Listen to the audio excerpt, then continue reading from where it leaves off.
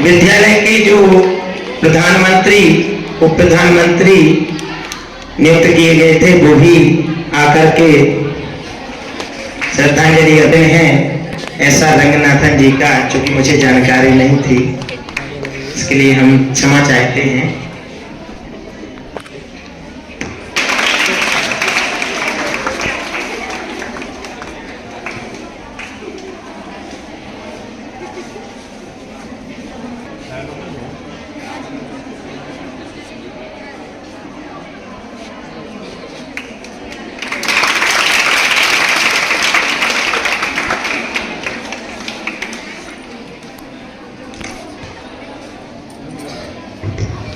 Hello, आज जो पुस्तकालय दिवस है डॉक्टर एस.आर. रंगनाथन के जन्म दिवस के उपलक्ष्य में पुस्तकालय दिवस मनाया जाता है। ये क्यों मनाया जाता है?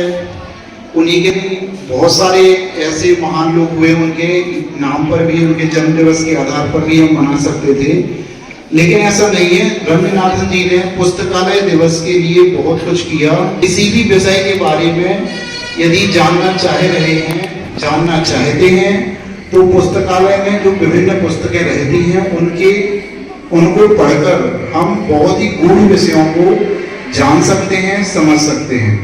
जब तक हम पुस्तकें नहीं पढ़ेंगे, हमें बहुत अच्छी जो चीजें हैं, चाहे साइंस से रिलेटेड हो, टेक्नोलॉजी से रिलेटेड हो, और भी बहुत सारी चीजें होती हैं। अभी एक पुस्तक मैंने देखी थी, उसमें कॉमेंट्री थी। कई लोग जो क्रिकेट में रुचि रखते हैं वो जानना चाहते हैं कि पिछले जो ऐसे मैच जो हमारे बहुत अच्छे मैच हुए उनके बारे में यदि हम जानना चाहते तो उस पुस्तक को हम पढ़ सकते हैं। प्रेमचंद जी हुए हैं, उन्होंने कई सारे महाकाव्य लिखे हुए हैं, कहानियां लिखी हुई हैं। इनको हम पढ़ के हम बहुत ऐसे विषयों को जान सकते हैं जिनके, ठीक है। तो जो रंगनाथन जी थे उन्होंने लाइब्रेरी के डेवलपमेंट के लिए बहुत काम किया, और आज जो आप इतनी सारी पुस्तकें देख रहे हैं, अभी प्रिंसिपल सर ने बताया था कि हर स्कूलों में बहुत सारी पुस्तकें आती हैं। फंड आता है कि आप ज्यादा से ज्यादा पुस्तक खरीदें, इसलिए नहीं कि बस जिससे कि बच्चे उनको पढ़ें, नॉलेज लें और अपना विकास करें, और कई सारी ऐसी चीजें सीखें जिनके बारे में हमें पता नहीं है। हम पुस्तकों को पढ़ते हैं तो कई सारी अच्छी चीजें सीखने का मौका मिलता है, और हम भी, हमारी सोच विकसित होती है, सोचने का नजरिया बदलता है, और ऐसी चीजें भी हम सोच सकते हैं जो हम कभी जानते नहीं थे, और ये सब कर सकते हैं। ऐसा रंगनाथन जी के जन्म दिवस के उपलक्ष्य में हमें ये सब पता चला है और पुस्तकें देखने का मौका मिला है। आप भी बहुत अच्छी पुस्तकें पढ़ें जिनमें भी आपकी रुचि है। हर तरह की पुस्तकें आपको मिलेगी जिनमें। छोटी सी कविता बोल रही हूँ, ध्यान से सुनिएगा। ज्ञानियों का ज्ञान है किताबें, ज्ञानियों ज्ञान का भंडार है किताबें। देश की उन्नति है किताबें, देश की उन्नति है किताबें, देश की शान है किताबें, देश की शान है किताबें। घर घर में बसती है किताबें, घर घर में बसती है किताबें, अलमारी के कोने में रहती हैं किताबें। ना कुछ लेती ना कुछ देती, ना कुछ लेती, फिर भी ज्ञान का पाठ पढ़ाती हैं किताबें। किताबों के महत्व को जो समझ पाया है वही देश दुनिया में उन्नति कर पाया है। किताबें मानवता का बखान करती हैं, किताबें मानवता का बखान करती हैं, किताबें ही मानवता का विकास करती हैं। नाम रहते हैं, कैसे बनाना है, ये इस बुक से अपन सीख सकते हैं, ठीक है। इसमें और भी विभिन्न खेलों के नियम, कई लोग खेलों के बारे में जानना चाहते हैं, उसके क्या नियम है। सब लोग क्रिकेट तो खेलते हैं, रैकेट खेलते हैं, टेनिस खेलना चाह रहे हैं, हॉकी खेलना चाह रहे हैं, फुटबॉल, नियम कुछ पता नहीं, चेस खेलना चाह रहे हैं। तो इस बुक को पढ़ के हम ये पता कर सकते हैं कि नियम क्या है, उसके रूल्स क्या है, कैसे हमें, बस खेलते जा रहे हैं, बस उसके बारे में कुछ पता नहीं है। ऐसी कई सारी पुस्तकें हैं, जैसे कि यहाँ पे स्वतंत्रता कैसे मिली, कई सारे जो हमारे वीर सेनानी थे और भी बहुत सारे लोग थे, उनकी हम कहानियां पढ़ सकते हैं, कैसे देश को आज़ादी मिली। देश की आजादी के बाद हमारे देश कैसे चला, कैसे डेवलपमेंट के पथ पे आगे बढ़ा, कैसा हमारा देश था आजादी के बाद, उन सबको हम किताबों के माध्यम से ही जान सकते हैं। कई सारे लोग बोलते हैं कि चांद पे पहुंच गए, हाँ वहां तो कैसे पहुंचे। जैसा कि हम लोगों ने पढ़ा है कि सबसे पहले किताबें नहीं होती थी। आपने 11वीं में पढ़ा होगा मेसोपोटामिया की सभ्यता, सबसे पहले लिपि का आविष्कार वही हुआ। वहां के लोग क्या करते थे, मिट्टी की पट्टिकाओं पर नुकीली वस्तु से लिखते थे। मिट्टी की पट्टिकाएं बनाते थे, उस पर नुकीली वस्तु से लिखते थे। जब वो धूप में सूख जाती थी फिर उन्हें पकाकर रख देते थे। खुदाई में लगभग 50,000 पट्टिकाएं आज मिली हैं वहां पर मेसोपोटामिया की सभ्यता में।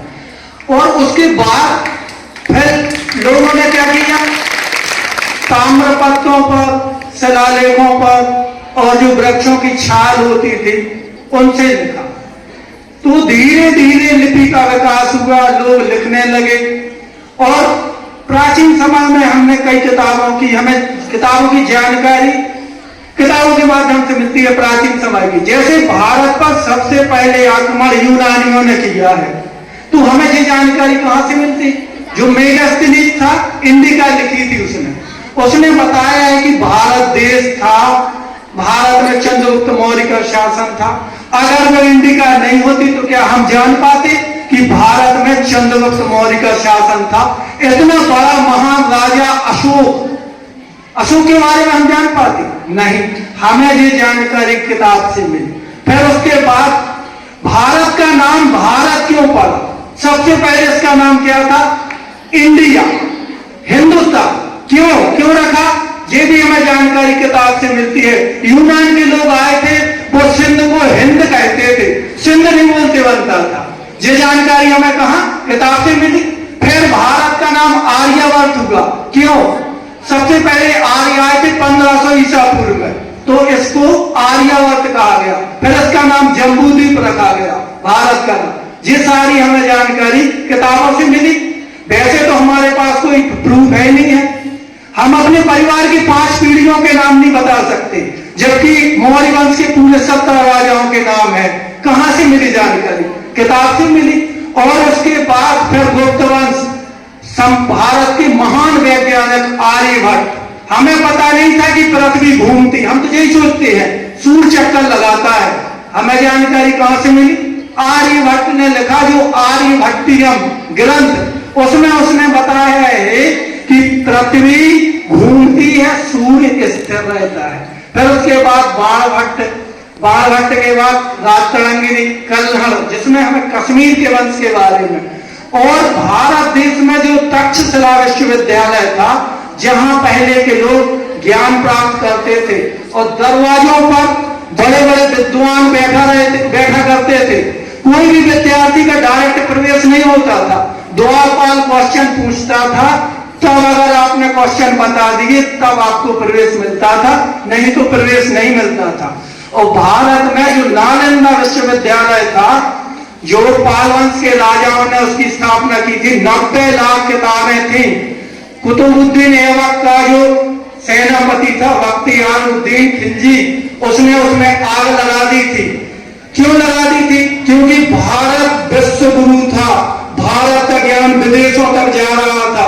6 महीने तक कंटिन्यू किताबें जली, आग जलती रही।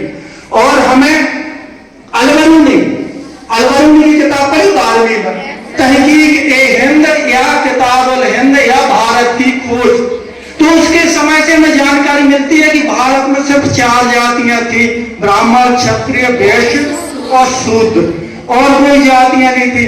और जो चीनी यात्री आया था फाहाल, उसकी पुस्तक का नाम फो की, और चीनी यात्री एक और आया था हैंगसांग, उसकी किताब का नाम CQ की।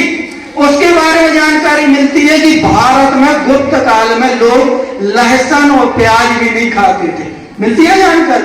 तो सारी जानकारी हमें किताब से मिलती है।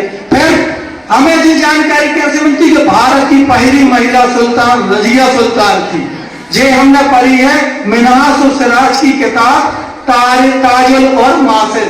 इससे हमें जानकारी मिलती है कि भारत देश की महिला सुल्तान थी, जिसने भारत पर 1236 से लेकर 1240 तक शासन किया।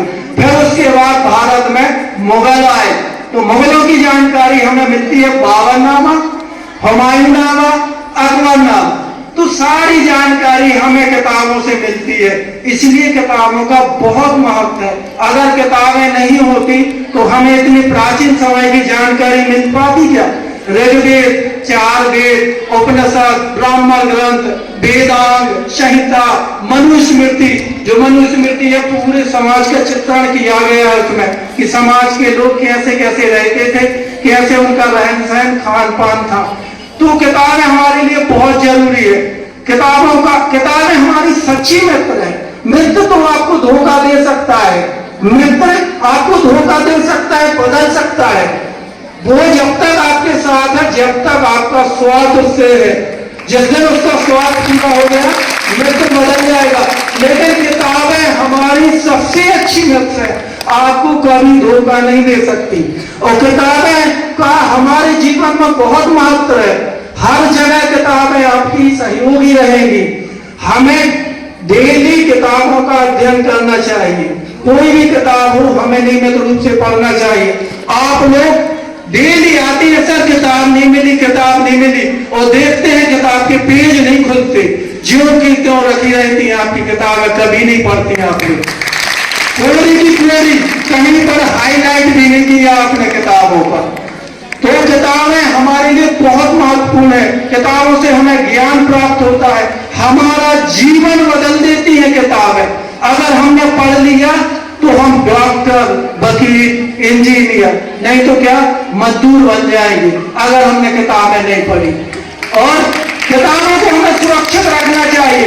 आप लोग बताती हैं कि सर भैया ने कुल्फी में बेच दी किताब। कभी किताबें नहीं बेचनी चाहिए। हमें एक स्वयं की घर में अलमारी रखनी चाहिए, और कोई भी किताब हो वो हमें उसमें रखनी चाहिए, कभी व्यर्थ नहीं जाती। जो भी किताब आपने पढ़ी है, हमारे भारत देश में जब स्वतंत्रता आंदोलन चले तो अनेक लोगों ने कहानी लिखी, कविताओं के माध्यम से लोगों को जागरूक किया। सुभद्रा कुमारी चौहान खोज वाली आंदोलन में आप लोग क्या समझते हैं? गांधी जी ने कहा कि आ जाओ देश की आजादी के लिए, नहीं। जब उन्होंने कविता की, माखनलाल चतुर्वेदी उन्होंने भारत भारती कविता लिखी थी। जब कविता वो बोलते थे, लोग पढ़ते थे, तो अपने आप जोश पैदा हो जाता।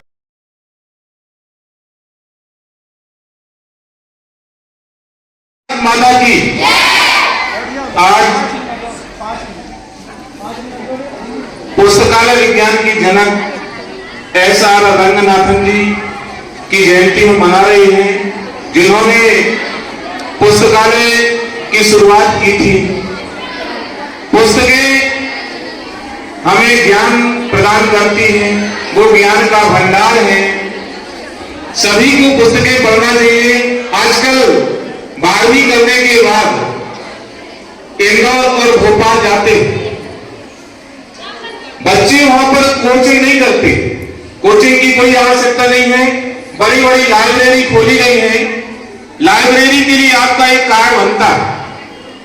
वो कार्ड आप जैसे ही दरवाजे पर दिखाएंगे, दरवाजा ऑटोमेटिक खुल जाएगा। आपको कौन सी पुस्तक चाहिए, पूरा सीरियल नंबर सहित नेट पर डली हुई है। आप जाएंगे टेबल नंबर इतने पर फलानी अलमारी में ये पुस्तक रखी हुई है, आपको वो पुस्तक मिल जाएगी और दिन भर आप वहां पर बैठ करके वो पुस्तक पढ़ सकते हैं। उन्हीं पुस्तकों को पढ़ करके लोग IAS बन रहे, IPS बन रहे और SSC, PSC इनमें चयनित होकर के अपना नाम रोशन कर रहे हैं। इसलिए हमें पुस्तकों को पढ़ना चाहिए, पुस्तकों के महत्व को जानना चाहिए। जो कोई पूरी पुस्तक पढ़ेगा वो अच्छे नंबर लाते हैं और अच्छे नंबरों से पास होते हैं। इसलिए सभी छात्राएं पुस्तकें पढ़ें, पुस्तकों को संजो करके रखें, पुस्तकों पर कवर चढ़ाएं। आपका बहुत बहुत धन्यवाद। अभी रुक जाएं। आज तो मैंने पढ़ाई है के लिए है अभिव्यक्ति और माध्यम। कैसे हम बोलना सीखते हैं, कैसे हम पत्रकार बनते हैं, कैसे क्या बनते हैं, उस उसके बारे में, अभिव्यक्ति और माध्यम के बारे में छात्राओं ने अपनी प्रस्तुतियां दी। आप सभी का बहुत बहुत धन्यवाद।